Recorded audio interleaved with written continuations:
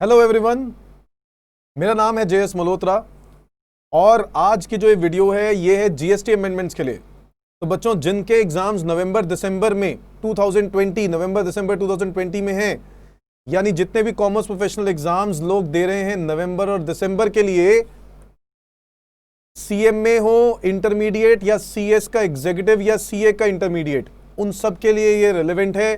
तो प्लीज ये वीडियो को शुरू से लेकर अंत तक जरूर देखना। इसके अलावा इससे पहले एक वीडियो ऑलरेडी अपलोड की हुई है बच्चों, जरूर उस वीडियो को जरूर देख लेना। जीएसटी अमेंडमेंट्स का पार्ट 1 जो सबसे पहले मैंने वीडियो डाली थी, उसके बाद जो है ये वाली वीडियो आपको इजी लगेगी, क्योंकि वो वाली वीडियो में मैंने बहुत सारे अमेंडमेंट्स डिस्कस कर दिए थे। इस डॉक्यूमेंट के लिए मुझे लोग व्हाट्सएप करेंगे प्लीज 9971975529। तो आप लोगों को अगर ये डॉक्यूमेंट चाहिए तो मुझसे व्हाट्सएप करके मुझसे ये डॉक्यूमेंट मांग सकते हैं। तो बच्चों, हम लोग स्टार्ट कर रहे हैं तो जीएसटी की अमेंडमेंट्स, और मैं आपको बता दूं जीएसटी की जो अमेंडमेंट्स हैं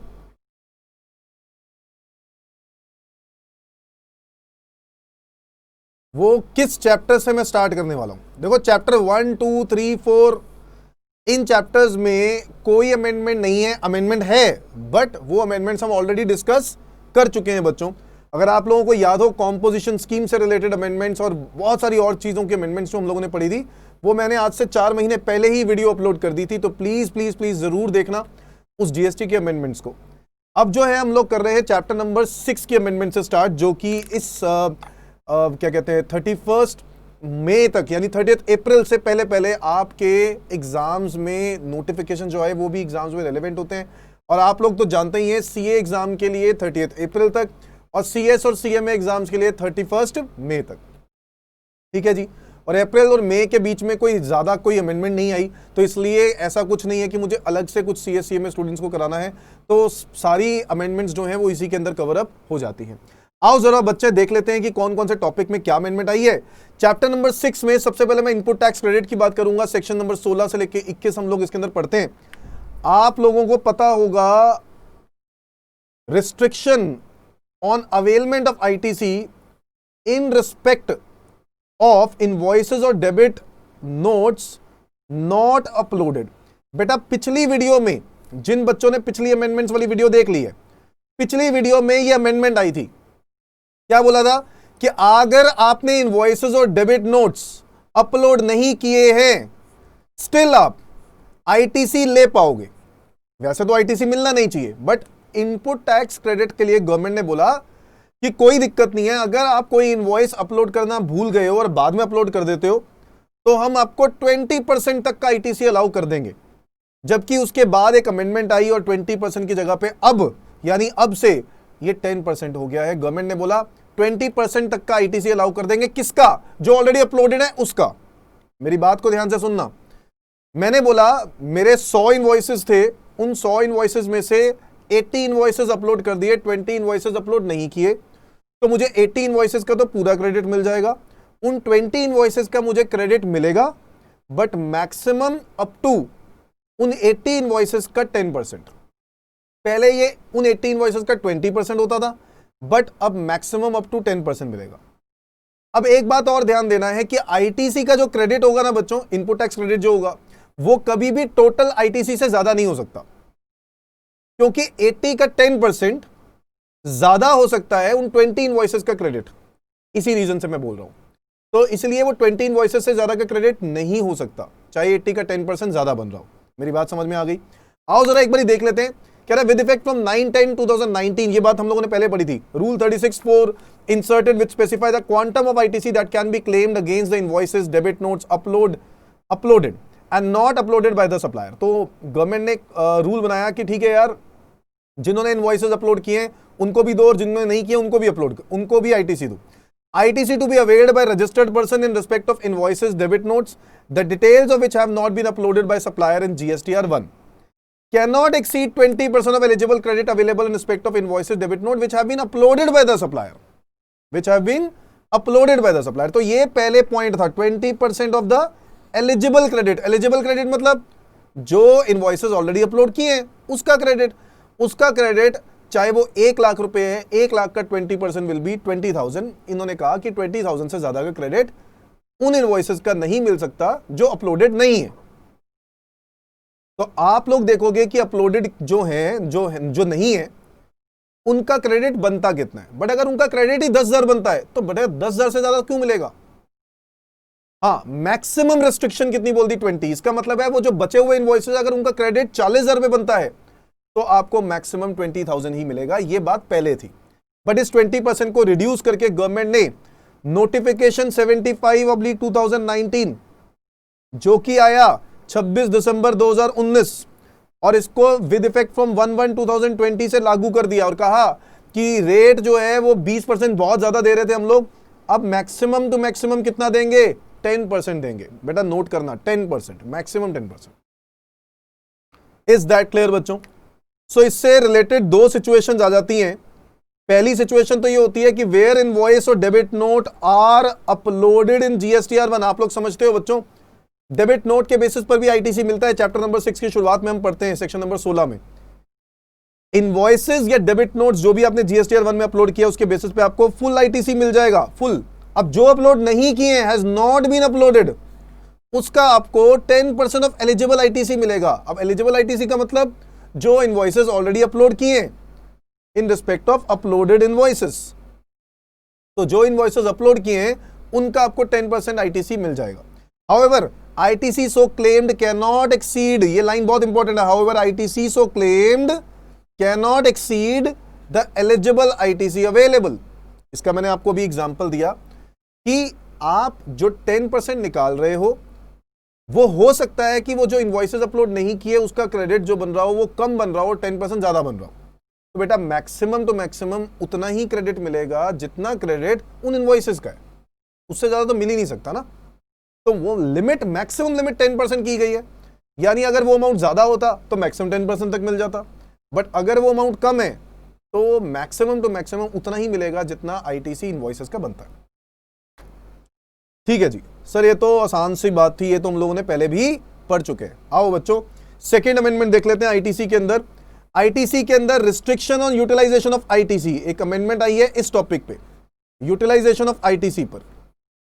नाउ न्यू रूल एक ऐड हो गया, रूल 86A। क्या ऐड हो गया? रूल 86A, एक नया रूल ऐड हो गया और कहता है rule 86A empowers the commissioner और officer not below the rank of assistant commissioner, मतलब असिस्टेंट कमिश्नर से रैंक से कम नहीं, to impose restriction on utilisation of ITC. यानी गवर्नमेंट के पास, यानी कमिश्नर के पास पावर है कि वो रिस्ट्रिक्शन लगा सकता है कि भाई किसको आईटीसी मिलना चाहिए और कैसे मिलना चाहिए, यूटिलाइज कैसे करना, मतलब क्रेडिट को यूज कैसे करना in electronic credit ledger if he has reasons to believe that such ITC has been fraudulently availed or is ineligible। बेटा मार्क करना, मार्क करो मेरे बच्चे, क्लियरली लिख दिया गया कि अगर he has reasons to believe that such ITC has been fraudulently availed, यानी अगर ये प्रूफ हो जाता है या फिर ये उसको शक हो जाता है, रीजन है उसके पास ये प्रूफ होने के कि भाई वो क्रेडिट जो ले रहा है वो फ्रॉड से ले रहा है। जी हां, लोग नकली इनवॉइसेस बना लेते हैं, उन नकली इनवॉइसेस के बेसिस पे अगर कोई बंदा क्रेडिट ले रहा है तो ऐसे केस में कमिश्नर या फिर कमिश्नर से नीचे की कोई rank, not less than assistant commissioner की रैंक, वो रिस्ट्रिक्ट कर सकते हैं किसी को भी क्रेडिट लेने के लिए। समझ में आ गई बात? The restrictions can be imposed in the following circumstances। अब क्या circumstances में? That ITC has been availed on the basis of tax invoice or valid documents issued by non-existent supplier। Sir restriction क्यों है? इसका रीजन है, restriction के reason है ये सर्कमस्टांसेस अगर ऐसे होंगे तो इसके बेसिस पर वो आईटीसी आपका मना कर सकता है, क्योंकि आप एक ऐसे पर्सन से इनवॉइसेस इशू करवा रहे हो which is non existent supplier. कोई है ही नहीं ऐसा, कोई सप्लायर है जो है ही नहीं और उसके नाम पे कोई कंपनी एक फेक सप्लायर बना के आपने एक बिल बना दिया और बिल बनवा के आपने क्या लेना चाहा? क्रेडिट लेना चाहा। सर गवर्नमेंट ने कहा कमिश्नर के पास पावर है, अगर वो चाहे तो वो आपके आईटीसी को रुकवा सकता है without receipt of goods and services. और ये बात तो हम लोग पहले ही पढ़ते हैं बच्चों, आईटीसी लेने के लिए 4 कंडीशंस होती थी, याद है? कोई भी डॉक्यूमेंट जो आपके हाथ में होना चाहिए, टैक्स इनवॉइस या फिर डॉक्यूमेंट, है ना। देखो विदाउट एनी मतलब मेरे पास अगर कोई बिल नहीं है, कोई डॉक्यूमेंट नहीं है, और उस डॉक्यूमेंट के बेसिस पर मुझे क्रेडिट, मेरे को उसी के बेसिस पे क्रेडिट मिल सकता है। अगर डॉक्यूमेंट या बिल नहीं है तो मैं क्रेडिट नहीं ले सकता। और फिर हम लोगों ने सेकंड पॉइंट पढ़ते थे, receipt of goods and services. Goods और सर्विसेज क्या होनी चाहिए? रिसीव होनी चाहिए। अगर रिसीव नहीं हुई तो क्रेडिट नहीं मिलेगा। याद है बच्चों? तो ये लिखा है without receipt of goods and services. इसका मतलब क्या है कि ये कंडीशन नंबर 2 के लिए कह रहा है कि भाई अगर गुड्स एंड सर्विसेज रिसीव नहीं हुई तो क्रेडिट मिलना ही नहीं चाहिए। बट वो बंदे ने क्रेडिट लिया हुआ है without receiving goods and services, तो क्या करोगे? रोकोगे? नहीं रोकोगे? तो यार ये तो सिंपल सा लॉजिक है sir. The tax in relation to which has not been paid to the government. यार ये देखो, ये वो रीजंस है जो एक्चुअल में होने होते तब भी दिक्कत होती है। लिखने की जरूरत क्या है? गवर्नमेंट तो क्लियरली कह रहा है एलिजिबल आईटीसी तब होता है। बट क्या होता है, लोग क्या करते हैं, कहते हैं हम लोगों ने नहीं पढ़ा ये कानून, हम लोग तो क्रेडिट लेंगे। अब क्या हुआ, टैक्स गवर्नमेंट के पास गया ही नहीं। भाई होता क्या है, एक सप्लायर होता है, एक रेसिपिएंट होता है। सप्लायर रेसिपिएंट को गुड्स दे देता है और रेसिपिएंट पेमेंट देता है, और सप्लायर जीएसटी जमा करा देता है। अब सप्लायर ने अगर जीएसटी जमा नहीं कराया तो रेसिपिएंट आईटीसी कैसे लेगा? याद है बच्चों 4 कंडीशंस। पहला, टैक्स इनवॉइस या फिर कोई डॉक्यूमेंट इशूड बाय सप्लायर, वो आपके पास होना चाहिए आईटीसी लेने के लिए। Number 2, receipt of goods and services. Number 3, उसकी पेमेंट डिपॉजिट हो जानी चाहिए गवर्नमेंट के पास।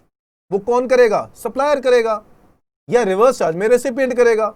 और last point number 4, return, filing of return file होनी जरूरी है। बच्चों ये 4 रीजंस, 4 कंडीशंस होती थी, सेक्शन 16(2) में पढ़ते थे हम लोग। और ये 4 कंडीशंस अगर सेटिस्फाई नहीं होंगी तो हम आईटीसी क्यों देंगे? अब अगर नहीं हुई और उसने आईटीसी लिया हुआ है तो हम लोग उससे आईटीसी ले सकते हैं। ये गवर्नमेंट कमिश्नर को कह रहा है, ये राइट दे रहा है उसको। The registered person availing ITC has been found non existent और non conducting any business from registered place of business. जो बंदा आईटीसी ले रहा है ना, वो खुद भी नहीं है, वो है ही नहीं कोई ऐसी वो बिजनेस ही नहीं है। मतलब प्रिंसिपल प्लेस ऑफ बिजनेस में गए, खाली मैदान, अरे भाई तुम तो कुछ गुड्स बेचता था, कहां है गुड्स? कह रहा है सर ऐसा तो कुछ भी नहीं था। अच्छा वो इनवॉइस कहां से बनाया था? अरे भाई इनवॉइसेस बनाए रखे हैं, आप आईटीसी ले रहे हो। आप आईटीसी कैसे ले रहे हो जब आप एग्जिस्ट ही नहीं करते हो? The registered person availing ITC has found non existent और not conducting any business from the registered place of business. तो जो उसने रजिस्टर्ड प्लेस ऑफ बिजनेस बताया है वहां पे वो कोई भी बिजनेस नहीं कर रहा है।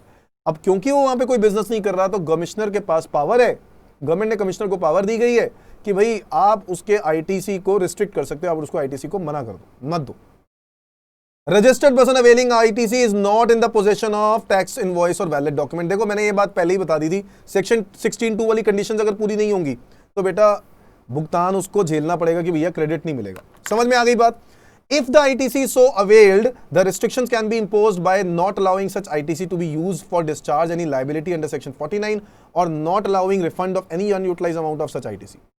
अगर ITC ये जो है वो ले लिया, उसको यूटिलाइज कर लिया, the restrictions can be imposed by not allowing such ITC to be used for discharging any liability, यानी हम उसको लाइबिलिटी के साथ एडजस्ट करने नहीं देंगे। तो फिर उस आईटीसी का फायदा ही क्या अगर हम लोग लाइबिलिटी के साथ एडजस्ट नहीं कर सकते?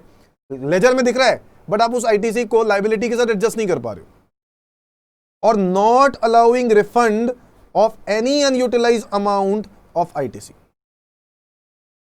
सिंपल सी बात है, अगर यूटिलाइज, अगर वो आईटीसी को अवेल कर चुके क्रेडिट लेजर में दिखा चुका है, बियॉन्ड दीज मतलब ये सब चीजें का पालन नहीं किया फिर भी उसने ऐसा किया, तो कमिश्नर चाहे तो वो क्या करेगा, वो टैक्स लाइबिलिटी के साथ उसको एडजस्ट होने नहीं देगा। नंबर 2, अगर उसके पास एक्सेस आईटीसी पड़ा हुआ है जिसको अभी तक उसने यूज नहीं किया तो उसका रिफंड क्लेम नहीं कर पाएगा ना। गवर्नमेंट ने बोला कमिश्नर के पास ये पावर कब तक के लिए, कह रहा such restriction can be impose for a person of for a period of 1 year from the date of imposing such restriction. Such restriction can be impose for a period of 1 year from the date of imposing such restriction. ये restriction जिस दिन लगा दी गई उस एक particular registered person को, उसके बाद से 1 साल तक रिस्ट्रिक्शन लगाई जा सकती है। उसके पास 1 year है, 1 year from the date of imposing such restriction. समझ में आया? Such restriction can be impose for a period of 1 year from the date of imposing such registration, sorry restriction. ठीक है, तो उस रिस्ट्रिक्शन से जिस डेट पे रिस्ट्रिक्शन की गई थी उसके बाद से 1 साल तक के लिए रिस्ट्रिक्शन इंपोज हो जाएगी। ये बहुत बड़ी पेनल्टी हो जाएगी भाई। अगर वो बंदा सही भी निकला, कल को अगर उसका कोई क्रेडिट बनता भी होगा तो अब उसके ऊपर भी रिस्ट्रिक्शंस रहेंगी। ये दिक्कत वाली बात है। Restriction of utilisation of ITC, ये किसके पास पावर है? कमिश्नर के पास। समझ में आया कि कमिश्नर किसी भी पर्सन को जो सेक्शन 16(2) की कंडीशंस का पालन नहीं करता है और अगर वो आईटीसी ले चुका है तो उसको रिस्ट्रिक्ट कर सकती है आईटीसी लेने के लिए। चलो नेक्स्ट बढ़ते हैं बच्चों। हाँ जी, तो अब हम लोग अमेंडमेंट रूल नंबर 43 देखते हैं बेटा। Amendment in rule 43, CGST rules के अंदर एक अमेंडमेंट आई रूल 43 में। और इसके अंदर अब क्या आया देखो, हम लोगों ने, याद है बच्चों, इनपुट और इनपुट सर्विसेज का हम लोगों ने क्रेडिट रिवर्सल की बातें पढ़ी थी, प्रोपोर्शनेट वाली क्रेडिट, जिसमें हम लोगों ने ये पढ़ा था T1, T2, T3, T4 वाला।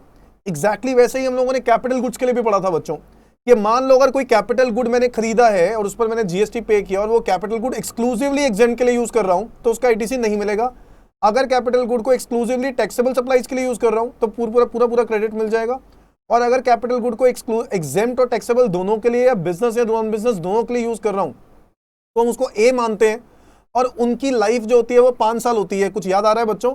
बिल्कुल याद आ रहा होगा आप लोगों को। नहीं याद आ रहा हो तो आप फटाफट मटेरियल को निकालें और मटेरियल को चेक करें। ये बातें हम लोगों ने पढ़ी थी, ठीक है ना। और उसी के अंदर हम लोगों ने ये भी पढ़ा था कि जब हम एक्सक्लूसिवली एग्जेम्प्ट के लिए पहले यूज करते थे और फिर हम लोगों ने उसको बिजनेस पर्पस के लिए, टैक्सेबल पर्पस के लिए यूज करना स्टार्ट किया कुछ टाइम के बाद, तो हम लोगों ने पढ़ा था कि उसका जो टोटल जो क्रेडिट होगा उस क्रेडिट का 5% पर क्वार्टर और पार्ट ऑफ क्वार्टर रिड्यूस कर देंगे, ठीक है। जितना टाइम हम लोगों ने एग्जेम्प्ट के पर्पस के लिए यूज किया था वो वाला हटा देंगे, जो बच जाएगा वो एलिजिबल क्रेडिट हो जाएगा, उसका हमें क्रेडिट मिल जाएगा। तो हम लोग ये बातें पढ़ते थे, याद आ रहा है कुछ? एक्सक्लूसिवली एग्जेम्प्ट के लिए यूज किया और फिर बाद में हम लोगों ने कॉमन पर्पस के लिए यूज किया। फिर कॉमन पर्पस के लिए यूज करने के लिए जो हमारा आईटीसी आया वो हम 5% पर क्वार्टर को पहले हटाते थे, जो बचता था उसको कॉमन कहते थे, उसको हम लोग इलेक्ट्रॉनिक क्रेडिट लेजर में डाल देते थे। एग्जैक्टली ऐसे ही पहले एक्सक्लूसिवली टैक्सेबल पर्पस के लिए यूज किया और फिर बाद में कॉमन पर्पस के लिए यूज करना स्टार्ट कर दिया। तो जब टैक्सेबल पर्पस के लिए यूज किया उसका 5% पर क्वार्टर और पार्ट ऑफ क्वार्टर का जो अमाउंट होता था वो क्रेडिट का, वो वाला अमाउंट हटा देते थे जितना एक्सक्लूसिवली टैक्सेबल पर्पस के लिए यूज किया। और वो तो क्रेडिट मिल ही जाएगा, उसका तो मिल ही गया, हमने उसको हटाया नहीं, क्योंकि उसका क्रेडिट तो हमने उसी टाइम पे ले लिया होगा, क्योंकि वो तो टैक्सेबल पर्पस के लिए था तो क्रेडिट तो ले ही लिया होगा। फिर इसके बाद हम लोगों ने क्योंकि कॉमन यूज करना स्टार्ट कर दिया तो वहां तक के अमाउंट तक पहुंचे और फिर ए को हम लोगों ने इलेक्ट्रॉनिक क्रेडिट लेजर में से हमने इनटू E/F करना होता है। कुछ याद आ रहा होगा आपको? E/F मतलब जितना एग्जेम्प्ट पर्पस के लिए टर्नओवर, जो एग्जेम्प्ट टर्नओवर है, और डिवाइडेड बाय टोटल टर्नओवर। याद आ रहे हैं बच्चों ये फॉर्मूलाज? तो प्लीज एक बार रिवाइज जरूर करना। Rule 43 of the CGST rules, इसी के अंदर कुछ अमेंडमेंट्स आए। अब इसके अंदर क्या है? रूल 43(1)(c) आप लोग अपने मटेरियल के अंदर देख लेना जहां पे स्टैट्यूटरी प्रोविजंस लिखे हुए हैं। 43(1)(c) has been substituted. Government ने कहा ये वाला 43(1)(c) जो है वो सब्स्टिट्यूट हो गया है। The amount of input tax, ये कहता क्या था? ये है 43(1)(c), the amount of input tax in respect of capital goods not covered under clause A and B denoted as A, यानी कॉमन वाला, इसको हम लोग कॉमन क्रेडिट बोलते हैं। Denoted as A shall be credited to electronic credit ledger and the useful life of the such capital good shall be taken as 5 years from the date of invoice। ये बात लिखी हुई थी कहां पर? Rule 43(1)(c) के अंदर। ये वाला पॉइंट अब सब्स्टिट्यूट हुआ है, यानी इसकी जगह पे लैंग्वेज को चेंज किया गया और वो नई लैंग्वेज ऐड हो गई है। ज्यादा कोई बहुत बड़ा फर्क नहीं है बेटा, बट बहुत ही, मतलब मेरे लिए ये जो अमेंडमेंट आई है ना, ये कोई बहुत मेजर अमेंडमेंट बिल्कुल भी नहीं है, ठीक है। बहुत बेसिक अमेंडमेंट है, कुछ 1-2 लैंग्वेज में चेंजेस किए गए हैं बस, और बहुत हद तक वही बातें हैं जो आप लोग पहले पढ़ चुके हो, तो इसलिए ज्यादा टेंशन लेने की कोई जरूरत नहीं है। Rule 43(1)(d) has been substituted. Now 43(1)(d) में क्या कहता था? Aggregate amount of the A credited to electronic credit ledger. ये मैंने 43(1)(d) की लैंग्वेज लिखी हुई है जो पहले वाली थी। The aggregate amount of A, यानी कॉमन क्रेडिट वाला, credited to electronic credit ledger under clause C to B denoted as TC. क्या बोलेंगे इसको? TC shall be common credit in respect of capital goods for a tax period। एक particular tax period के लिए हम लोग ये बात करते थे कि जो भी अमाउंट इस क्लॉज सी में आता है, यानी जो कॉमन क्रेडिट वाला अमाउंट है क्लॉज सी में जो आता है, हम उसको टीसी बोलेंगे। क्या बोलेंगे? TC, that shall be a common credit in respect of the capital goods for a tax period. और बच्चों याद होगा आप लोगों को, इसी टीसी का हम लोग जो है जो भी ऐसे कैपिटल गुड्स होते थे हम इसको इकट्ठे करते थे, सारे ऐसे कैपिटल गुड्स का जो कॉमन क्रेडिट वाले होते थे, और इनका क्रेडिट सारा इकट्ठा करने के बाद जितना भी हमारा उस पर्टिकुलर पीरियड का एग्जाम टर्नओवर है डिवाइडेड बाय जो टोटल टर्नओवर है हम लोग करते थे। अच्छा, एक और बात, कॉमन क्रेडिट को लाइफ को हम बांटते थे 60 महीनों में, ठीक है, तो हम लोग 5 साल की लाइफ मानते हैं तो डिवाइडेड बाय 60 कर देते थे। अगर आपको याद हो, क्योंकि 5 साल का मतलब 60 महीने, 60 महीनों में डिवाइड कर गया तो एक महीने का आ जाएगा, उस एक महीने का जो क्रेडिट आया उसको E/F करते थे बच्चों। E/F मतलब exam turnover divided by total turnover, और उतने का क्रेडिट हम लोग इनएलिजिबल क्रेडिट बोलते थे और वो आउटपुट टैक्स के अंदर ऐड हो जाता था। ये बातें थी, ये रूल्स हट गए हैं। 43(1)(c) हट गया है, 43(1)(d) हट गया है। जो मैंने अभी E/F वाला फॉर्मूला बताया वो नहीं हटा, सिर्फ ये दो बातें हट गई, ठीक है। वो वाली चीजें वैसे की वैसे ही हैं। आ जाओ आगे बढ़ते हैं। अब इसके एग्रीगेट, अच्छा इसको हटा भी नहीं है, ये एग्जैक्टली भी नहीं हटा, ये सब्स्टिट्यूट हुआ है, यानी इसकी जगह एक नई लैंग्वेज आई है, दैट्स इट। ऑलमोस्ट सिमिलर बातें न्यू लैंग्वेज में डाल दिया, कुछ हल्का फुल्का कोडिंग वर्ड को चेंज कर दिया बस। वो जैसे वो TC है, TC की जगह पे उन्होंने एक नया वर्ड निकाल दिया, बस दैट्स इट। तो आगे कुछ ऐसा चेंज नहीं है कि आपको बहुत ही ज्यादा परेशानी फेस करनी पड़ रही है, ऐसा कुछ नहीं। Explanation inserted in rule 43(1). Explanation insert हुआ मतलब एक उनकी एक्सप्लेन किया, 43(1)(e) के अंदर क्या लिखा हुआ उसको एक्सप्लेन किया, तो भाई इतना भी कोई बहुत बड़ी बात नहीं है। और क्लॉज F का है वो तो ओमिट ही हो गया। क्लॉज F था क्या? The amount of input tax credit at the beginning of a tax period on all the common credit whose useful life remains during the tax period was denoted as TR shall be aggregate of TM of all such capital goods। अगर आपको याद आ रहा हो, book के अंदर एक formula दिया हुआ है, TR is equal to TM is equal to TR of such capital goods। सारे जो कैपिटल गुड्स हैं हम लोग क्या करते थे, उन सबको इकट्ठे करते थे ऐसे कैपिटल गुड्स का जिनका कॉमन क्रेडिट बचा होता था।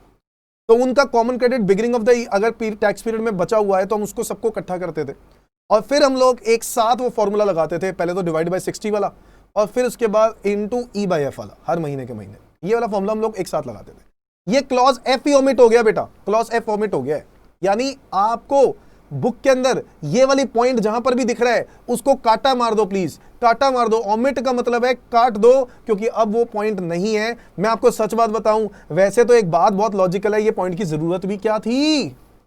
लगाओ दिमाग, इस पॉइंट की जरूरत क्या थी? ये पॉइंट था क्यों? कहता है इसके जैसे जितने भी ऐसे कैपिटल गुड्स हैं उन सबको एक साथ कर दो। अरे भाई करेंगे ही ना, करेंगे ही, वो तो ऑब्वियसली करेंगे, इसमें बताने वाली क्या बात है। अगर हम एक कैपिटल गुड के लिए भी कर रहे हैं तो हम सबके लिए वैसे भी करेंगे ही, तो ऐसे ही सारे कैपिटल गुड्स के लिए करेंगे जो जो कॉमन है, तो बिल्कुल करेंगे। तो ये लैंग्वेज की जरूरत नहीं थी। अब इस 4 चीजों में चेंजेस आए। रूल 43(1)(c) सब्स्टिट्यूट हो गया, 43(1)(d) सब्स्टिट्यूट हो गया, एक्सप्लेनेशन ऐड कर दी गई 43(1)(e) में उसको क्लैरिफाई करने के लिए, और क्लॉज F तो ओमिट ही कर दिया। तो सर ये नोटिफिकेशन 16/2020 जो 23 Feb 2020 को आई थी, इसकी नोटिफिकेशन अब क्या कहती है? कह रहा the implication of the above amendments can be understood as follows.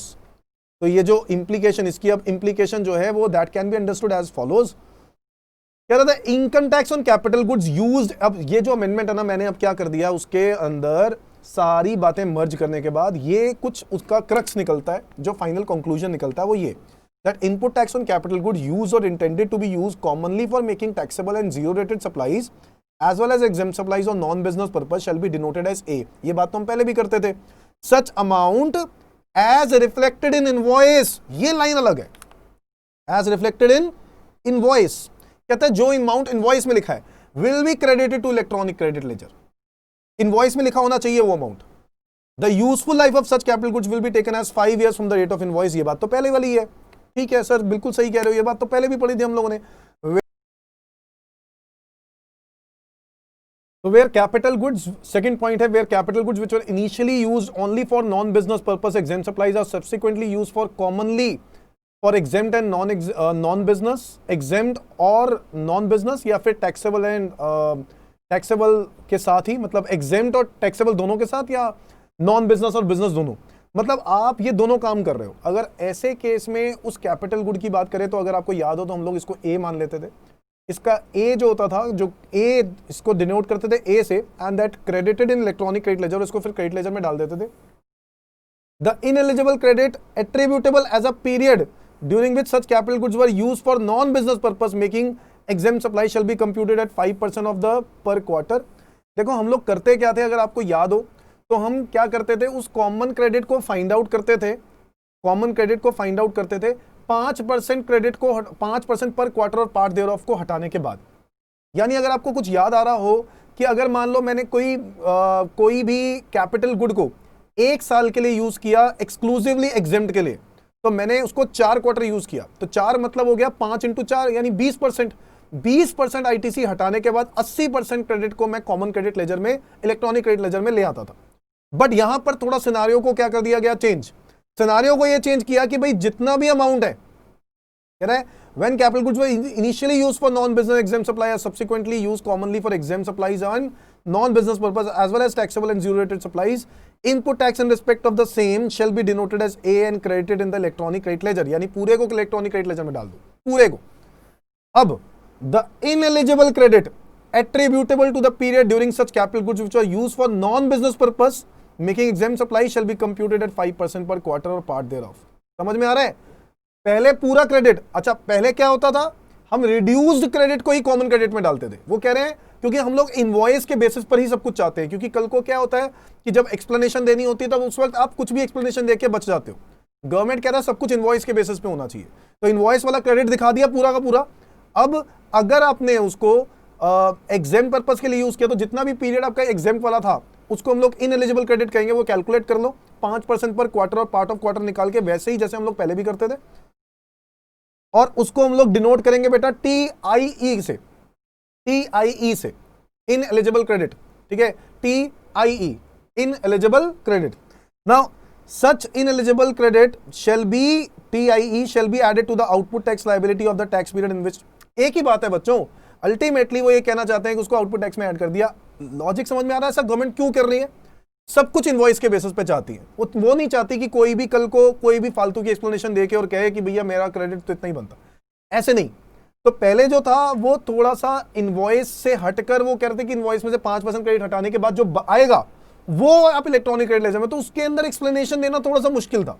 अब वो कह रहा है सब कुछ इनवॉइस के बेसिस पे करो, और जितना भी इनएलिजिबल है ना उसको आप आउटपुट टैक्स के अंदर ऐड कर दो, एक ही बात है। द अमाउंट ऑफ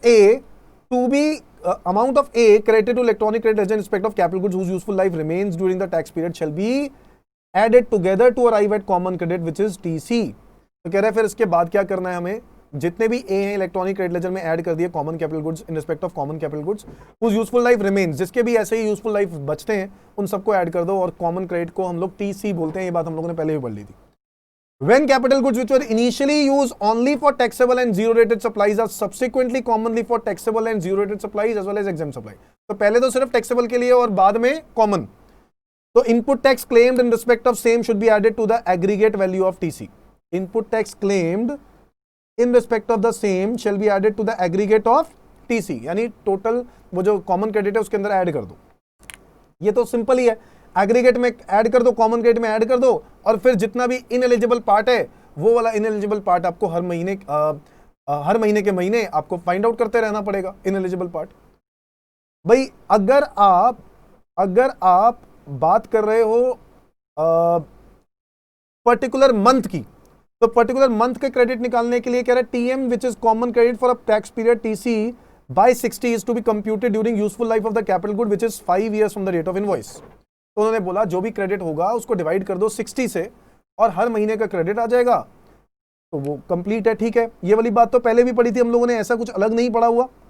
इसमें लिखा है clause G provides the formula for determining TE the amount of common credit attributable to exempt supplies which is E by F into TR। समझ में आया? E by F into TR, और E by F का मतलब है, E का मतलब हो गया एग्जाम सप्लाईज, F का मतलब हो गया total supply, total turnover in during that tax period. और TR किसके लिए? TR was used in the said formula which was defined in clause F। जो क्लॉज F में पहले फॉर्मूला यूज किया जाता था वो TR था, और TR एक्चुअल में क्या लिखा था वहां पर आप देखो जरा, निकाल के देखो, स्टडी मटेरियल में देखो जरा, TR क्या लिखा था? TM for such capital goods. जो भी ऐसे कैपिटल गुड्स है उन सब का कंबाइन करने को TR बोलते थे। तो ये वही है और कुछ नहीं है। तो omission of clause F does render the formula in clause G as now the term TR which is used formula is nowhere defined in the rule। तो TR बेसिकली अब टीआर जो वर्ड है ना, वो टीआर वर्ड की जगह पर replace होकर हम इसको टीसी ही बोल देंगे। क्या बोल देंगे? टीसी। टीसी जो कॉमन क्रेडिट है ना, उसी का ई बाई एफ करना है।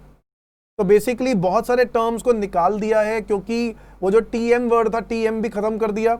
वो ये चाहते हैं कि टीआर जो होगा उसी के बेसिस पर हम लोग क्रेडिट को जो है वो हम लोग निकालें, और टीआर जो होगा उसी के बेसिस पर हम लोग क्रेडिट को निकालें, जो हम लोगों ने ऊपर लिखा है। ठीक है, TR, the term TR, the term TR which is used as formula was defined in clause F, omission of clause F and thus rendered the formula given in clause G to choose as now the term TR which is used in formula is nowhere defined in this rule। मतलब इस rule में कहीं पर भी TR को define नहीं किया गया कि TR क्या चीज है। तो इसीलिए बेसिकली वो TR जो था वो टी ऑप्शन जो क्लॉज F होता था उसके अंदर दिया होता था, और अगर आप देखो उसके अंदर क्या लिखा होता था, मैं आपको थोड़ा सा आइडिया देता हूं। ये देखो, ये देखो, ये लिखा होता था बेटा स्टेप 3 की अगर हम बात करें तो यहां पर टी आर, ये लिख लेगा ना, determine common credit at the beginning of the tax payer for all the capital goods useful life. यही है बेटा क्लॉज, यही है वो क्लॉज एफ जो डिलीट हो गया। अब T R is equal to T M for such capital goods. जितने भी सारे कैपिटल गुड्स हैं उनका सबका टी एम को हम लोग टी आर बोलते हैं, जो भी कॉमन क्रेडिट वाले हैं। ठीक है, और हम लोग टीसी क्या होता था? TC is total common credit, divided by 60 करते थे तो एक महीने का आ जाता था, और एक महीने का पर्टिकुलरली जितना भी कॉमन क्रेडिट है उन सबको हम लोग टीएम कहते थे, और सॉरी टीएम जो आता था उसका टीआर कहते थे। वो ये कहना चाह रहे हैं कि भैया देखो ऐसा है, ये वाली जो फॉर्मूला है apportionment of common credit attribute to exempt supplies, ये वाला जो E divided by F into TR, ये फॉर्मूला उन्होंने सेम रखा, हालांकि टीआर को कहीं पर भी इन्होंने डिफाइन नहीं किया। तो बेसिकली अगर मैं स्टेप 3 हटा दूं, स्टेप 3 हटा दूं, अगर मैं ये स्टेप डिलीट कर दूं स्टेप 3, तो स्टेप 3 अगर मैं डिलीट कर दूं तो मेरे पास जो टीएम आएगा ना बच्चों, वो ही मेरा ई बाय एफ होगा, वो ही मेरा ई बाय एफ होगा। इज दैट क्लियर बच्चों? तो अब वो टीआर लिखने की जरूरत नहीं है, टीएम है, टीएम का ही ई बाय एफ कर दो, या उसी को टीएम को ही टीआर कह रहे हैं ये लोग, बस, और कोई फर्क नहीं पड़ता। तो अब जो है गवर्नमेंट ने बहुत सारे जो फालतू की बातें थी वो चीज़ों को हटा दिया, डिलीट कर दिया, और सिर्फ बेसिक बातों पे कंसंट्रेट किया। तो बस इसलिए अब ये टॉपिक थोड़ा सा ठीक लगेगा, इंटरेस्टिंग है, और हम आगे बढ़ते हैं। तो बेटा देखो एक बात और सुन लो, ये बहुत बड़ी मेजर अमेंडमेंट नहीं है, बिल्कुल नॉर्मल ऑर्डिनरी सी अमेंडमेंट है, जिसके अंदर उन्होंने बस लैंग्वेज को चेंज करने की कोशिश करी है। तो बिल्कुल कंफ्यूज होने की जरूरत नहीं है, ऑलमोस्ट सिमिलर बातें हैं। सिर्फ एक चीज पर ध्यान दे देना जो मैंने आपको अभी बोला, क्या कि जो पहले कैपिटल गुड्स एक्सक्लूसिवली एग्जेम्प्ट के लिए यूज करते थे और बाद में कॉमन के लिए यूज करना स्टार्ट कर दिया, तो पहले हम लोग 5% पर क्वार्टर रिड्यूस करके जो आता था ना क्रेडिट, हम उसको इलेक्ट्रॉनिक क्रेडिट लेजर में दिखाते थे। बट अब हमें ऐसा नहीं करना, अब हमें डायरेक्टली उसको अमाउंट को इलेक्ट्रॉनिक क्रेडिट लेजर में दिखाना है जो इनवॉइस में था, और फिर उसके बाद हर महीने के महीने जो भी उसका ई बाय एफ है हम उसका नहीं, हाँ पूरा दिखा दिया। उसके बाद फिर जो इनएलिजिबल क्रेडिट है जैसे निकालेंगे, वो जो जितना ही पोर्शन एग्जेम्प्ट पर्पस के लिए उसको यूज किया गया था, जितना टाइम यूज किया गया था, उसका 5% पर क्वार्टर उसमें से रिड्यूस कर देंगे। समझ में आ गई बात? तो ये है जो हमें ध्यान देने की जरूरत है, दैट्स इट। इसके अलावा इसके अंदर कोई खास बात नहीं है। आगे बढ़ते हैं। रजिस्ट्रेशन चैप्टर में जो हम लोग सेक्शन नंबर 22 से लेकर सेक्शन नंबर 30 तक की पढ़ते हैं, इसमें एक रजिस्ट्रेशन प्रोसीजर में एक नया अमेंडमेंट आ गया, और वो ये कि अब से आधार ऑथेंटिकेशन कराना जरूरी है। आधार ऑथेंटिकेशन, आधार की इंपॉर्टेंस करवा दी है गवर्नमेंट ने, और कहा आधार ऑथेंटिकेशन अब मैंडेटरी है for new registrants for grant of registration. तो अगर आज आपको रजिस्ट्रेशन चाहिए, तो जब रजिस्ट्रेशन के प्रोसीजर, जब आप स्टेप स्टार्ट करते हो, रजिस्ट्रेशन स्टार्ट करते हो, उसी वक्त आपको आधार की ऑथेंटिकेशन करानी पड़ेगी कि आधार आपका वैलिड है या नहीं, क्योंकि आधार वैलिड है तो ही आपकी जीएसटी में रजिस्ट्रेशन होगी, नहीं तो नहीं होगी। तो क्या सर सिर्फ इनके लिए, सिर्फ अगर नए रजिस्ट्रेंट्स के लिए है बस ये? नहीं नहीं बेटा, एग्जिस्टिंग रजिस्ट्रेंट्स के लिए भी है। तो जो एग्जिस्टिंग रजिस्ट्रेंट्स हैं उनको भी बोला गया, they will, existing registrants will also be required to undergo Aadhaar authentication, otherwise their registration will deem to be invalid. अब तुम कहोगे सर एग्जिस्टिंग रजिस्ट्रेंट्स कब करेंगे, कैसे करेंगे? एग्जिस्टिंग रजिस्ट्रेंट्स के लिए गवर्नमेंट अलग प्रेस्क्राइब फॉर्म निकालेगी, जो उनको कॉमन पोर्टल पे ही नोटिफिकेशन आ जाएगी। तो उनको जब भी उसको भरना होगा वो गवर्नमेंट बोलेगी उनको करने के लिए, एग्जिस्टिंग वालों को। अगर हम बात करें न्यू वालों को, तो न्यू वालों को अब से आधार रजिस्ट्रेशन, आधार की ऑथेंटिकेशन होनी जरूरी है। आधार होना चाहिए, आधार का प्रूफ होना चाहिए कि तुम्हारे पास आधार कार्ड है। समझ में आ गई बात? अब इसके अंदर न्यू सबसेक्शंस जो इंसर्ट हुए, बेटा याद है ना सेक्शन 25 क्या था, रजिस्ट्रेशन का प्रोसीजर, उसके अंदर न्यू सबसेक्शंस इंसर्ट हो गए 6A 6B 6C 6D। और 6A 6B 6D 6D क्या कहता है, वो बात मैंने यहां लिख दी है कि that every registered person is to undergo the authentication, Aadhaar authentication और proof of possession of Aadhaar number in prescribe form and prescribe time. जो भी गवर्नमेंट रूल्स में फॉर्म और टाइम बताएगी उस टाइम तक। वो रजिस्टर्ड पर्सन की बात कर रहे हैं यानी एग्जिस्टिंग पर्सन की बात कर रहे हैं। 6B और 6C के अंदर बात करें तो उसमें लिखा है every individual and karta, MD, whole time director, partner of firm to undergo authentication या firm of furnish proof of the possession of Aadhaar number in prescribe manner. यानी जो लोग इंडिविजुअल है, करता है, MD है, होल टाइम डायरेक्टर है कंपनी का या पार्टनर है फर्म का, उन लोगों को बोला गया कि आप ऑथेंटिकेशन जरूर करवाओ और प्रूफ या फिर प्रूफ सबमिट कर दो कि आपके पास आधार है।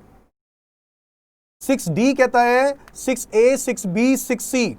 6D क्या कहता है, 6A 6B 6C shall not apply to notified persons। उन्होंने बोला नोटिफाइड पर्सन या क्लास ऑफ पर्संस के ऊपर, या फिर कोई नोटिफाइड स्टेट में जो गवर्नमेंट नोटिफाई करेगी, या फिर किसी पर्टिकुलर यूटी में या उसके कोई हिस्से में, कोई पार्ट में गवर्नमेंट चाहे तो मना कर सकती है कि इनके ऊपर 6A 6B 6C नहीं लगेगा। क्योंकि आपको पता है बच्चों, बहुत जगहों पर आधार के लिए बहुत प्रॉब्लम्स हैं, हर जगह पे आधार इजीली अवेलेबल नहीं है। तो आधार कार्ड भी, आधार नंबर भी कोई मैंडेटरी नहीं है। गवर्नमेंट ने बोला कुछ एरियाज में, कुछ लोगों के लिए, कुछ क्लास ऑफ पर्संस के लिए हम लोग नोटिफाई करेंगे। The provisions of 6B and 6C shall not apply to a person who is not a citizen of India. Clearly उनके ऊपर तो एप्लीकेबल हो ही नहीं सकता ना बेटा, जो सिटीजन ही नहीं है। ये हो गए ना नोटिफाइड पर्सन, जिनको जो सिटीजन ही नहीं है उनके ऊपर आधार कहां से, क्योंकि आधार कार्ड होगा ही नहीं उसके पास। या फिर class of person other than the following, इनको छोड़ के कोई भी क्लास ऑफ पर्सन। इंडिविजुअल, इनका आधार नंबर होगा। मैनेजिंग या ऑथराइज्ड पार्टनर, बच्चों आप पार्टनरशिप फर्म के पार्टनर हो, बट पार्टनर कौन से वाले, आप मैनेजिंग पार्टनर हो, ऑथराइज्ड पार्टनर जो जीएसटी के लिए ऑथराइज किया गया है। सर आपको आधार ऑथेंटिकेशन कराना है, आपको आधार ऑथेंटिकेशन कराना है, दूसरे पार्टनर्स को आधार ऑथेंटिकेशन कराने की कोई जरूरत नहीं है। Authorise signatory of all types, जैसे कंपनी है, कंपनी में ऑथराइज सिग्नेटरी बना दिया जाता है डायरेक्टर को। भाई जितने भी चेक साइन होंगे या जितने भी रजिस्ट्रेशन होंगे या जितने भी कंप्लायंस का काम होगा वो ये डायरेक्टर करेगा। तो अगर वो डायरेक्टर को रिस्पॉन्सिबिलिटी दे दी गई है ना, तो वो डायरेक्टर ही सारी जिम्मेदारी ले लेगा और कहेगा कि भाई जो ऑथराइज मतलब कंपनी उसको राइट दे रही है कि आप ऑथराइज सिग्नेटरी बन जाओ और मेरे बिहाफ पर, कंपनी के बिहाफ पर जहां जहां स्टैंप लगाने हैं आप लगा सकते हो और जहां जहां पर अप्रूवल्स देने हैं वो आप दे सकते हो। और ऐसे केस में गवर्नमेंट ने कहा उस पर्टिकुलर पर्सन का जो ऑथराइज्ड है, उस पर्सन का हमारे पास क्या होना चाहिए, ऑथेंटिकेशन ऑफ आधार, उस पर्सन का। और एचयूएफ का करता, एचयूएफ के लिए ऑब्वियसली करता होता ना, तो इनका आधार ऑथेंटिकेशन होना चाहिए। क्योंकि कंपनीज की बात नहीं हो रही, फर्म्स की बात नहीं हो रही, क्योंकि वो एक एंटिटी है, एंटिटी के आधार ऑथेंटिकेशन नहीं हो सकती, आधार होगा ही नहीं। हम किसकी बात कर रहे हैं, हम उन इंडिविजुअल्स की बात कर रहे हैं जो उन कंपनीज को या उन फर्म्स को संभाल रहे हैं, और वो भी उसमें से ऑथराइज सिग्नेटरी। समझ में आ गई बात? तो गवर्नमेंट ने इनको कंपलसरी कर दिया। अब सवाल ये होता है कि सर नहीं किया तो क्या कर लोगे? अच्छा आ जाओ। If fails to authorize, if fails to undergo Aadhaar authentication, then registration shall be granted only after physical verification of the principal place of business। आप खुद ही कह रहे हो, आ बैल मुझे मार, गवर्नमेंट को बुला रहे हो, क्योंकि अगर आपने आधार ऑथेंटिकेशन नहीं करवाया तो वो जो ऑफिसर है, जो पीओ होगा, प्रॉपर ऑफिसर होगा, वो आपके घर, आपके ऑफिस जरूर चेक करने आएगा कि कहां पे आपका ऑफिस है, प्रिंसिपल प्लेस ऑफ बिजनेस है, और उसकी फोटोग्राफ्स खींच के अपलोड भी करेगा कॉमन पोर्टल पे। और बच्चों आपको याद है, fails to undergo the Aadhaar authentication, the registration shall be granted only after physical verification of the principal place of business. वो प्रिंसिपल प्लेस ऑफ बिजनेस को देख लेगा। और कितने दिन में ये करना होगा? ये पीओ का काम है, पीओ की जिम्मेदारी है, 60 दिनों में उसको ये काम करना पड़ेगा from the date of application, 60 दिनों में। So registration shall be granted only after physical verification of the principal place of business, not later than 60 days from the date of application. ठीक है, 60 दिनों में आप आधार ऑथेंटिकेशन जगह आपने नहीं कराई तो 60 दिनों में आपकी फिजिकल वेरिफिकेशन होगी। वो फिजिकल वेरिफिकेशन होने के बाद 15 दिनों में, फिजिकल वेरिफिकेशन के 15 दिनों में, फिजिकल वेरिफिकेशन के 15 दिनों में वेरिफिकेशन रिपोर्ट अपलोड करेगा। कौन करेगा? PO, proper officer. Verification report including photographs on common portal will be uploaded with in 15 days of such verification. समझ में आ गया बच्चों? आसान है, कोई मुश्किल नहीं है। तो मैंने आपको बताया कि इस पर्टिकुलर टॉपिक में जो अमेंडमेंट आई है वो ये एक ऐड हुई है, न्यू अमेंडमेंट, जो कि 23 मार्च 2020 से इफेक्टिव हो गई और कहा गया कि आधार ऑथेंटिकेशन मैंडेटरी है, आधार की वैल्यू एक बढ़ा दी है भाई।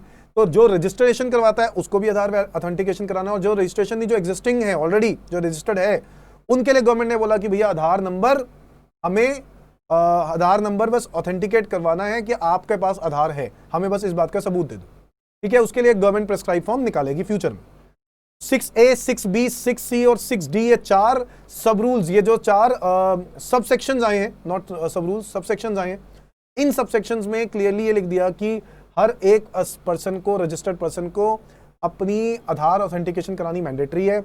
दूसरा ये बात लिख दी गई कि एक इंडिविजुअल, एक MD, होल टाइम डायरेक्टर या फिर कर्ता या partner of the partnership firm, इनको जरूर और जरूर आधार ऑथेंटिकेशन करवाना है। 6D ये कह देता है कि 6A, 6B और 6C अप्लाई नहीं होता टू नोटिफाइड पर्सन या क्लास ऑफ पर्सन या कोई नोटिफाइड स्टेट्स को। ठीक है, और फिर हम लोगों ने ये भी पढ़ लिया कि कौन से वो क्लास ऑफ पर्सन हैं जिसपे गवर्नमेंट ने ये बात बोली, इंडिविजुअल, बस सबके ऊपर। वो पहले तो कह रहे हैं सिटीजन्स के ऊपर ये पॉइंट एप्लीकेबल नहीं होगा कि आपको रजिस्ट्रेशन आधार ऑथेंटिकेशन करानी है। सिटीजन्स के ऊपर अप्लाई, जो नॉन सिटीजन है उनके ऊपर अप्लाई नहीं होगा, जो नॉन सिटीजन है उनके ऊपर अप्लाई नहीं होगा। अच्छा, नंबर 2, इसके अलावा कोई भी ऐसे पर्सन जो इन पॉइंट्स के अलावा हो। कौन कौन से? इंडिविजुअल, MD, ठीक है, MD हो गया मतलब ऑथराइज सिग्नेटरी में हो गया, या authorised partner of the firm या कर्ता ऑफ HUF। इनके अलावा कोई भी लोग होंगे, उनको, उनके ऊपर ये आधार ऑथेंटिकेशन अप्लाई नहीं होती। और अगर आप fails to undergo the Aadhaar authentication तो आपको 60 दिनों में आपकी फिजिकल वेरिफिकेशन होगी, प्लेस ऑफ बिजनेस की, प्रिंसिपल प्लेस ऑफ बिजनेस की, उसकी फिजिकल वेरिफिकेशन होगी। चेक किया जाएगा कि एक्चुअल में कोई बिजनेस एग्जिस्ट करता है या नहीं करता, और उसकी फोटोग्राफ्स अपलोड की जाएंगी। कहां पर? कॉमन पोर्टल पे। ठीक है, 15 दिनों के अंदर अंदर। आओ बच्चों, नेक्स्ट टॉपिक पढ़ते हैं, पॉइंट नंबर 5। चैप्टर नंबर 8 में एक amendment I, tax invoice, debit note and credit note वाला चैप्टर बच्चों। सेक्शन नंबर 31, 32, 33, 34, ये 4 सेक्शन हम लोग इसमें पढ़ते थे। Rule 48(4) has been inserted to provide that e-invoicing shall be prepared by class of registered persons on the recommendation of council by including such particulars contained in form GST invoice 01। बेटा एक बात आपको बता दूं, अब से ई इनवॉइसिंग पर mandatory करना गवर्नमेंट ने स्टार्ट कर दिया है। गवर्नमेंट कह रही है कि अब से आप ई इनवॉइस बना सकते हो। क्या बना सकते हो? ई invoice. E invoice shall be prepared by the class of registered person on the recommendation of council by including such particulars contained in form GST INV01। ये इनवॉइस का फॉर्म है। आफ्टर ऑब्टेनिंग IRN, आपको एक invoice reference number लेना पड़ेगा। by uploading the information in the common portal in the prescribed manner। तो आपके वाला जो नॉर्मल वाला इनवॉइस है वो काम नहीं चलेगा। अब से गवर्नमेंट कह रहा है हमें ई इनवॉइस चाहिए। अब वो कह रहा है ई इनवॉइस कैसे आएगा? ई इनवॉइस जैसे ही आप वो अपनी डिटेल्स भरोगे ना तो आपको एक इनवॉइस रेफरेंस नंबर मिल जाएगा, और जैसे ही आप अपनी डेटा, वो वाला इनवॉइस की डिटेल्स आपने अपलोड कर दी कॉमन पोर्टल पे, आपको IRN नंबर मिल गया। वो IRN नंबर के बेसिस पर आप फॉर्म GST इनवॉइस INV01 ये फॉर्म आप फिलअप करोगे, तब जाके आपका ई इनवॉइसिंग वाला काम स्टार्ट हो जाएगा। नाउ गवर्नमेंट ने वेबसाइट्स बना दी है बच्चों। गवर्नमेंट ने बोला कि आपके पास ये 10 तरह की वेबसाइट्स हैं। Every invoice issued by such person in any other manner shall not be treated as invoice. कह रहा है कोई भी इनवॉइस रजिस्टर्ड पर्सन बना रहा है वो इनवॉइस को हम इनवॉइस मानेंगे ही नहीं। डुप्लीकेट ट्रिप्लीकेट कॉपीज इसमें रिक्वायर्ड नहीं होती कि भाई डुप्लीकेट ट्रिप्लीकेट उसी की 3 कॉपी निकाल लो, ट्रिप्लीकेट बन जाएगी। तो पहले होता ना 2 कॉपीज कम से कम होनी चाहिए, वो मैनुअल में होना चाहिए, वो मैनुअल में होना था। ई इनवॉइसिंग में ऐसी कोई जरूरत नहीं है। गवर्नमेंट ने 10 वेबसाइट्स बनाई है बेटा, e-invoice1.gst.gov.in, e-invoice2.gst.gov.in, ऐसे ही e-invoice 3, e-invoice 4, e-invoice 5 और e-invoice 10 तक 10 वेबसाइट्स बनाई हैं। और गवर्नमेंट ने कहा कि आप अपनी इनवॉइसेस इस पर्टिकुलर वेबसाइट के ऊपर फॉलोइंग पोर्टल्स पे अपलोड करते जाओ। Government may by notification the recommendation of council specify that invoice or bill of supply shall have a QR code। Government ने ये भी बोला कि अब से मतलब हम लोग फ्यूचर में नोटिफाई कर सकते हैं on the recommendation of GST council कि इनवॉइस या बिल ऑफ सप्लाई में क्या होना चाहिए, QR code. QR code quick response code. तो क्यूआर कोड की मैंडेटरी रिक्वायरमेंट आगे आने वाले टाइम पे डल सकती है। समझ में आ गया? तो ये इफेक्टिव हुआ बच्चों 13 दिसंबर 2019 से। ये वाली अमेंडमेंट ई इनवॉइसिंग मैंडेटरी कर दिया गया है। इस बात पर आपको ध्यान देना है। समझ में आ गई बात? और उसके लिए वेबसाइट्स कौन सी आ गई हैं वो आपको एक भी याद हो जाए तो खत्म कहानी। einvoice1.gst.gov.in। अब नेक्स्ट में जो बात करने जा रहा हूं वो बात करने जा रहा हूं इसी चैप्टर में एक ई वे बिल का कॉन्सेप्ट होता था बच्चों। E way bill, electronic way bill. उस ई वे बिल में ना जीएसटी EWB 01 जो फॉर्म होता था जिसके बेसिस पर आप ई वे बिल फाइल करते थे, वो जीएसटी EWB 01 का पार्ट ए में रिस्ट्रिक्शन दी गई है गवर्नमेंट की तरफ से कि आपको वो इंफॉर्मेशन फिलअप करनी है। तो कौन कर सकता है, कौन नहीं कर सकता। वैसे तो अगर आपको याद हो तो हम लोग पढ़ते थे कि अगर सप्लायर रजिस्टर्ड है तो सप्लायर रजिस्टर्ड बंदा ही भर देगा, रेसिपिएंट रजिस्टर्ड है, सप्लायर रजिस्टर्ड नहीं है तो रेसिपिएंट भर देगा। ठीक है, ई वे बिल को फाइल करना है, जीएसटी EWB 01 को फाइल करना है। बट गवर्नमेंट ने रिस्ट्रिक्शन लगा दी कि भैया देखो ऐसा है, चाहे रजिस्टर्ड हो या ना हो, ये लोग तो कर ही नहीं सकते। कौन है ये लोग? No person including consignor, consignee, transporter, e commerce operator सारे या courier agency shall not be allowed to furnish information in part A of form GST EWB 01। Part A के अंदर कोई भी इनमें से लोग इंफॉर्मेशन भरने के लिए ऑथराइज नहीं है इन respect of following registered persons. Registered हैं वो लोग बट गवर्नमेंट उनसे खुश नहीं है कुछ काम की वजह से। क्या ऐसे काम कर दिए उन्होंने कि वो रजिस्टर्ड है कॉम्पोजिशन स्कीम में, या फिर वो नोटिफिकेशन नंबर 2/2019 वो कंसेशनल रेट वाली सर्विसेज वाली कॉम्पोजिशन स्कीम, सर्विसेज वाली कॉम्पोजिशन स्कीम में या फिर गुड्स वाली कॉम्पोजिशन स्कीम में वो रजिस्टर्ड है and he has not furnished the statement for payment of self assess tax for tax consecutive 2 quarters. बच्चों आपको पता है ना कॉम्पोजिशन स्कीम में क्वार्टरली आपको स्टेटमेंट भरनी पड़ती थी। 2 क्वार्टर तक आप लोगों ने 2 क्वार्टर्स तक आप लोगों ने इसको डिटेल्स को कॉम्पोजिशन स्कीम मतलब आपने अपनी 2 क्वार्टर्स तक स्टेटमेंट ही नहीं भरी। तो बस गवर्नमेंट नाराज है और गवर्नमेंट कहती है कि ठीक है जी आप ई वे बिल भी नहीं फाइल कर सकते, आप ई वे बिल में अपनी इंफॉर्मेशन फिलअप नहीं कर पाओगे। ओके, तो ये एक दिक्कत हो गई, ये लोग ई वे बिल में अपनी इंफॉर्मेशन फिलअप नहीं कर पाएंगे। Person paying tax under regular scheme, regular scheme में वो लोग और 2 महीने से रिटर्न नहीं भरी, पिछले 2 महीनों से रिटर्न नहीं भरी, गवर्नमेंट उनसे राइट छीन लेता और कहता है कि हम आपको ई वे बिल की इंफॉर्मेशन भरने नहीं देंगे। A person paying tax under regular scheme has not furnished GSTR 1 for 2 months और क्वार्टर एज द केस में भी। और रेगुलर फाइलिंग, रेगुलर स्कीम के अंदर या तो उसने 2 महीने तक हैज नॉट फर्निश्ड रिटर्न्स या फिर उसने GSTR 1 नहीं भरा। ये 2 महीने के रिटर्न जो बात कर रहा है वो है GSTR 3B, और जो थर्ड पॉइंट में ये बात कर रहा है वो GSTR 1 की बात कर रहा है कि GSTR 1 2 महीने या 2 क्वार्टर तक, क्योंकि कुछ लोगों के लिए रिलैक्सेशन है, वहां पर आप क्वार्टरली भी GSTR 1 भर सकते हो, और कुछ लोगों के लिए मंथ्स है, जनरली सब लोगों के लिए मंथ्स है, और कुछ एक्सेप्शनल सर्कमस्टांसेस में क्वार्टर वाला भी हम लोगों ने पढ़ा था। ये शायद पिछली वाली अमेंडमेंट वीडियो में जरूर होगा। और उन लोगों के लिए भी बोला गया कि गवर्नमेंट ने कहा कि 2 मंथ या 2 क्वार्टर तक अगर आपने GSTR 1 नहीं भरी है तो हम आपसे राइट छीन लेते हैं और हम आपको ई वे बिल के अंदर पार्ट ए के अंदर जो इंफॉर्मेशन होता है वो हम भरने नहीं देंगे। परमिशन फिर भी ग्रांट हो सकती है अगर कमिश्नर चाहे तो, परमिशन फिर भी ग्रांट हो सकती है अगर कमिश्नर चाहे तो। समझ में आया बच्चों? ई वे बिल आप लोगों ने जरूर ई वे बिल पढ़ा होगा बच्चों। ई वे बिल कंप्लीट जब आप करते हो तो ई वे बिल की इंफॉर्मेशन के बीच में एक छोटा सा पॉइंट है कि पार्ट ए की जो इंफॉर्मेशन है वो तभी आप भर पाओगे अगर आप ये 3 लोग नहीं हो तो। पहले अगर आप कॉम्पोजिशन पर्सन हो या फिर कंसेशनल रेट वाले पर्सन हो और आपने 2 क्वार्टर्स तक स्टेटमेंट नहीं भरी, तब आपके पास ये राइट नहीं है। नंबर 2, अगर आप रेगुलर स्कीम में हो और रेगुलर स्कीम में आपने 2 महीने तक रिटर्न्स नहीं भरी। नंबर 3, अगर आप रेगुलर स्कीम में हो और आपने GSTR 1 पिछले 2 महीने या 2 क्वार्टर से नहीं भरा तो आपको राइट आपसे छीन लिया जाएगा कि आप ई वे बिल के अंदर पार्ट ए की जो इंफॉर्मेशन है वो आप फिलअप कर सकते।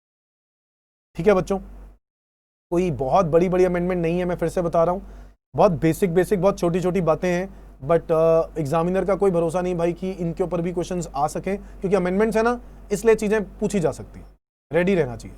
Last but not the least, chapter number 9 में पेमेंट ऑफ टैक्स। बच्चों चैप्टर नंबर 9 जिसमें हम सेक्शन नंबर 49 और 50 पढ़ते हैं, refund of tax that has been wrongly paid और in excess of utilisation of ITC. ये अमेंडमेंट इस टॉपिक पे आया, टैक्स का refund that has been wrongly paid. अगर आपने ज्यादा पे कर दिया या आईटीसी और in excess by utilising ITC, अगर आपने गवर्नमेंट को पे ज्यादा कर दिया, कैश लेजर से ज्यादा पे कर दिया या आईटीसी ज्यादा यूटिलाइज कर लिया, तो ऐसे केस में गवर्नमेंट आपको रिफंड कर देगी। कहां पे? इलेक्ट्रॉनिक क्रेडिट लेजर में। ये बात लिखी है। A new rule, sub rule 4A has been inserted in rule 86 of CGST rules. Rules याद करने की कोई जरूरत नहीं है। To provide that, यहां से याद करना है, to provide that where a registered person has claimed refund of tax that has been wrongly paid or in excess through electronic credit ledger, या तो उसने wrongly pay कर दिया और in excess through electronic credit ledger, या फिर electronic credit ledger के through उसने wrongly ज्यादा पे कर दिया है, then the said refund if found admissible, अगर कमिश्नर को लगा, अगर पीओ को लगा कि भाई एडमिसिबल है, then that will be credited in electronic credit ledger. यानी रिफंड कैश लेजर में ना आकर कहां आएगा? क्रेडिट लेजर में आएगा। तो अगर आपने आईटीसी गलत ले लिया था, आईटीसी आपने ज्यादा ले लिया, आईटीसी आपने कम लिया था, या फिर आपने टैक्स रॉन्गली पे कर दिया, गवर्नमेंट को ज्यादा टैक्स पे कर दिया, तो ऐसे केस में गवर्नमेंट सहमत है और आपसे अगर ज्यादा अमाउंट चला भी गया तो आपको वो रिफंड कर देगी। बट कहां करेगी? इलेक्ट्रॉनिक क्रेडिट लेजर में करेगी। समझ में आ गई बात? तो ये 6 पॉइंट, ये 6 पेजेस जो मैंने आपको बताए हैं, इसका डॉक्यूमेंट रेडी है। जिसको चाहिए होगा प्लीज व्हाट्सएप करेंगे मुझे। और जीएसटी के अमेंडमेंट्स हम लोग खत्म करते हैं। ये है हमारी जीएसटी के अमेंडमेंट जो नवंबर दिसंबर में 2020 में जो बच्चे एग्जाम देने जा रहे हैं, चाहे आप सीए का एग्जाम दे रहे हैं, चाहे सीएस या सीएमए के एग्जाम दे रहे हैं, आप लोगों के लिए ये रेलेवेंट है। इससे पहले मैंने आपको पहले एक बात बता दी है कि आपको जीएसटी अमेंडमेंट्स पार्ट 1 वाली वीडियो जरूर देखनी है, उसके बाद पार्ट 2 देखनी है। ठीक है बच्चों? थैंक यू बच्चों, आज के लिए इतना ही करते हैं। और मैं बहुत ही जल्द जीएसटी रिवीजन पार्ट 3 लेके आ रहा हूं। और पीजीबीपी यानी डायरेक्ट टैक्सेस के अंदर मैं बहुत सारे रिवीजन वीडियोस में बनाने वाला हूं। अगले महीने में रिवीजन की बहुत सारी वीडियोस निकलेंगी, टेंशन बिल्कुल भी नहीं लेनी, सब कुछ आने वाला है। ठीक है बच्चों? थोड़ा सा टाइम लगता है हर चीज को होने में, तो वेट करेंगे, पेशेंस रखेंगे, सब कुछ आएगा। बट पढ़ाई करनी है 12 घंटे, 12 आवर्स, याद है ना बच्चों वो जो मैंने बताया था, 12 आवर्स एटलीस्ट पढ़ना है। अब से अगर आपने 12 आवर्स नहीं पढ़ रहे हो तो बहुत दिक्कत वाली बात है। ये पढ़ाई के अंदर ही काउंट होता है, जो आप ये वीडियो देख रहे हो ये पढ़ाई के अंदर ही काउंट हो रही है, क्योंकि आप कहीं ना कहीं आपको ये नॉलेज मिल रही है, ये आपकी पढ़ाई के अंदर ही आ रहा है। मैं इसको एक्स्ट्रा टाइम नहीं मानता हूं। बट अगर आप ये वाला पॉइंट, अदरवाइज मोबाइल की क्या करनी है? बेइज्जती। बाकी चीजों के लिए मोबाइल की जरूर बेइज्जती करनी है। आपको दोस्त हो या कोई भी हो, बाकियों को कोई रिप्लाई करने की जरूरत नहीं है। सिर्फ और सिर्फ अगर कोई अपडेट आता है या कोई रिवीजन वीडियोस आती हैं तो जरूर देखने, वो पढ़ाई के अंदर ही काउंट होंगी। आप खुद समझदार हो बच्चों, आप अपने लिए कर रहे हो, अपनी फैमिली के लिए कर रहे हो, आपको खुद प्रोफेशनल बनना है। और उसके लिए आप ये समझते हो कि आप इधर उधर की फालतू की बातों पर अगर हम लोग ध्यान देंगे तो हम डिस्ट्रैक्ट हो जाएंगे, और फिर पता है कई बार डिस्ट्रैक्शन से वापस आने में बहुत टाइम लग जाता है। मतलब आप एक बार डिस्ट्रैक्ट हो गए ना अगर सुबह, तो आपको 6 घंटे 8 घंटे लग जाएंगे, पूरे दिन आपका बर्बाद हो जाएगा, पढ़ाई नहीं कर पाओगे। तो प्लीज प्लीज प्लीज आपको ये फालतू की चीजों को, मोबाइल की बेइज्जती करके आपको रख देनी है, आपको नहीं देखना अनटिल अनलेस कोई नोटिफिकेशन या कोई मैंने आपको ये बात बताई थी कि 2 से 2.5 घंटे ऑन अ स्ट्रेच जब आप पढ़ते हो, उसके बाद आप एक ब्रेक लेते हो। जब आप ब्रेक लेते हो ना बच्चों, उस ब्रेक के ड्यूरेशन में तो आप एक बार नोटिफिकेशन देख ही सकते हो ना कि कोई अमेंडमेंट या कोई रिवीजन वीडियो तो नहीं आई जिससे हमें हेल्प मिल जाए, तो जरूर देखना वो चीज। ठीक है बच्चों? इसके अलावा कुछ नहीं, फालतू की बातें बिल्कुल भी नहीं। सर ये होएगा, एग्जाम नहीं होंगे, एग्जाम होंगे, ऐसी वीडियोस का कोई मतलब नहीं है बच्चों, सिर्फ रिवीजन्स और अमेंडमेंट्स। थैंक यू बच्चों, बाय बाय।